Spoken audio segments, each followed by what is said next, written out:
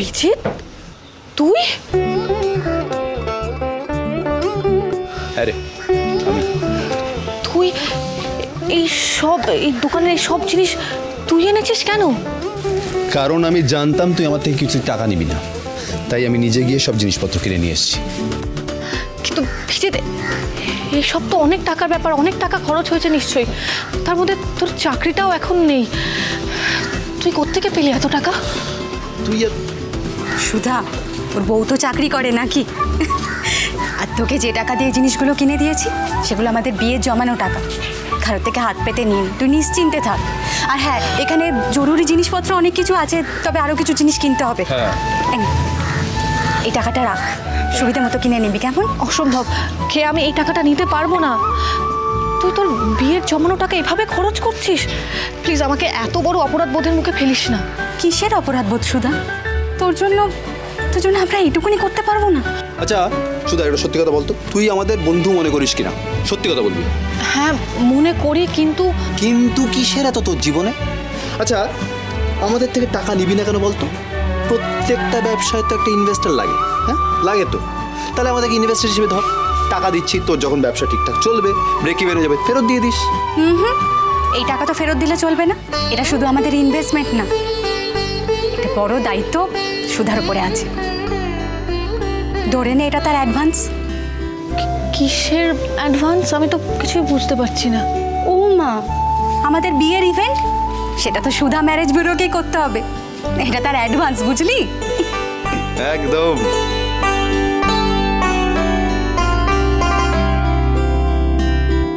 আচ্ছা আচ্ছা, অনেক হয়েছে এবার, ঠিক আছে? তাহলে সব আয়োজন তো হয়ে গেছে, আর দেরি না করে শুরু করা যাক সুধাময়ী জলপান। কই কই নারকেলটা বার করা হোক শিগগিরই, পুজোটা শুরু। এসে গেছি লক্ষ্মী গণেশ, এই যে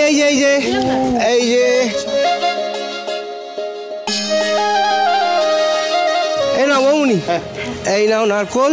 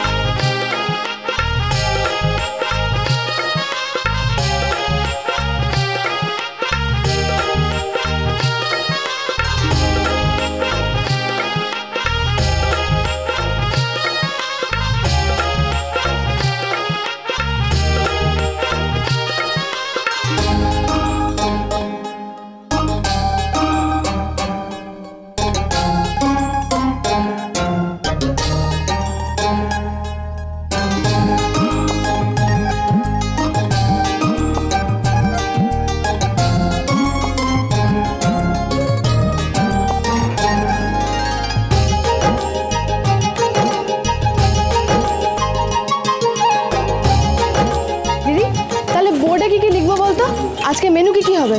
বৌমনি, এইসব দোকানে কিন্তু সকাল সকাল না ওই চা, পাউরুটি, ডিম টোস্ট, তারপরে ওই ঘুগনিও কিন্তু খুব বিক্রি হয়। লিখে দিচ্ছ ওগুলো? হ্যাঁ, চা, ডিম টোস্ট এইগুলো তো থাকবেই, কিন্তু এখন শীত পড়ছে, কড়াইশুঁটির কচুরি আর আলুর দম এইগুলোও থাকবে।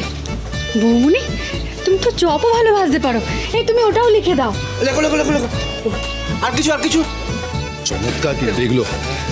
একটা কথা মিলিয়ে নিস আমার, এই পদ্ম নিমকি আর এই মিষ্টি সুধার হাতের হু করে আছে, বিক্রি হবে, দেখে নিবি। বাহ,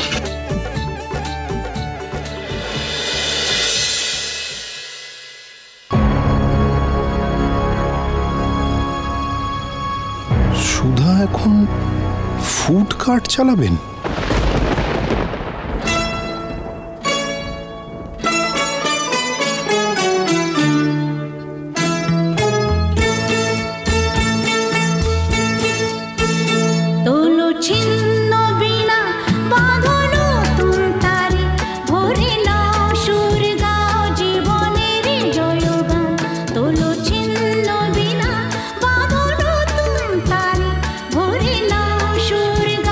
জীবন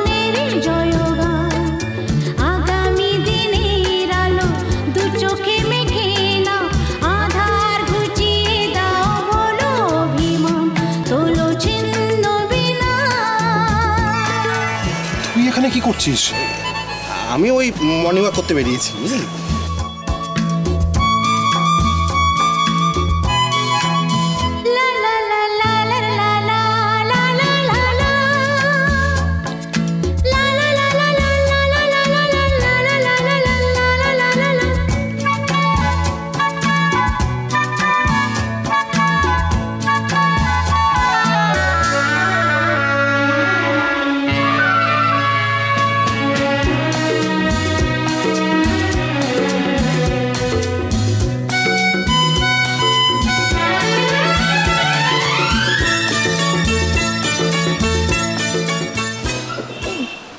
নতুন দোকান দেখছি।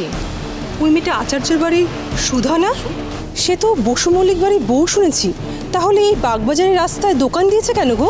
দেখা হয়তো শ্বশুর বাড়ি থেকে তাড়িয়ে দিয়েছে। আর সমাজ যতই মডার্ন হোক না কেন, কোনো ডিভোর্সি মেয়েকে নিয়ে কেউ ঘর করে বলো তো? তাই তো, মেয়ের মধ্যে কোনো দোষ না থাকলে এমনি এমনি ডিভোর্স হয়েছে।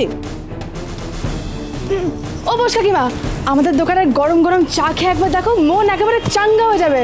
আর একবার ট্রাই তো করো। ও কাকিমা, কাকিমা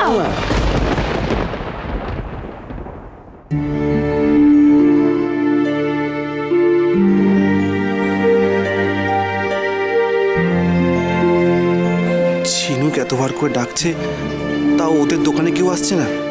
দাদা ভাই, ওদের ফুডকার্ট এইভাবে চলবে কিভাবে? তোর আমি যাই। কোথায় যাই? ওখানে কোনো দরকার নেই,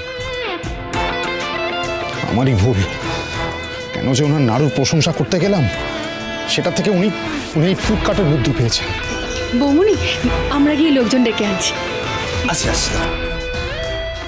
সুধাময়ী, জল বানিয়ে আসুন। এখানে কড়াইশুটির কচুরি, আলুর দম খেলে মন ভরে যাবে। আর এখানকার স্পেশাল হচ্ছে চা। হ্যাঁ। চা, এলাচ দিয়ে চা, একদম আসুন আসুন সুধাময়, জল বানিয়ে খেয়ে যান। খেয়ে ভাই একবার খেয়ে যাও, খেয়ে যাও। চাটা একবার একটু টেস্ট করো। এখানে কচুরি পাওয়া যাবে। চাটা দেখো, এলাচ দিয়ে, দারুণ চা, আদা এলাচ দিয়ে। রাস্তায় যা লোকজন বেরিয়েছে তারা তো অন্য দোকানে যাচ্ছে, এদিকে কেউ আসছেই না।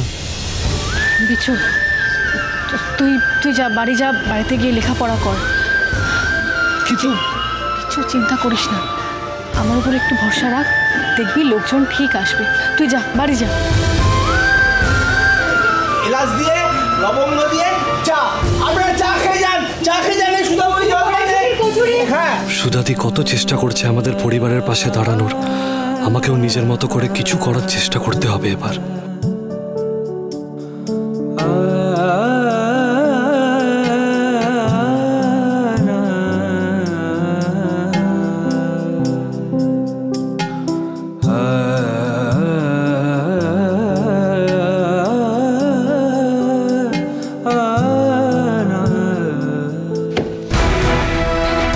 এবার কি করবো আমি? বসু মল্লিক বাড়ির বড় নাক বোম রাস্তায় দোকান দিয়েছে, লোকে দেখলে কি বলবে কে জানে। না না না, এটা হতে দেওয়া যাবে না। আমাকে কথা বলতে হবে সুধার সঙ্গে।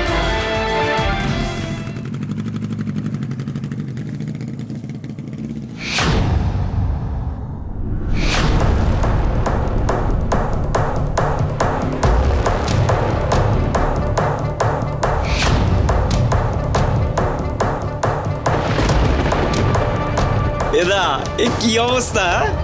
এই বসু মল্লিক পরিবারের বড়নাথ বউ শেষমেশ খাবারের দোকান দিয়েছে রাস্তায়। কি অবস্থা! ছি ছি ছি ছি ছি। শেষমেশ এই বসু মল্লিক পরিবারের বউকে রাস্তায় ব্যবসা করানোর জন্য নামিয়েছে। ছি ছি ছি ছি ছি ছি। এছাড়া আর কি করবে বল ভাই? বেচারি সুধা, ওর বর তোকে ছেড়ে দিয়েছে জানিস তো, বাড়ি থেকে দূর দূর করে তাড়িয়ে দিয়েছে। ওকে কষ্ট দিয়ে এইভাবে কথা বলিস না রে ভাই, ওর জন্য আমার মন এখনো কাঁদে রে। এদা, এই কান্না করার কথা কার আর কে কাঁদছে? দেখেছিস দাদা, তেজ বসু মল্লিক অনেক কষ্ট করে ওই ডিভোর্সি সুধার সঙ্গে কিন্তু থাকতে পারলো না।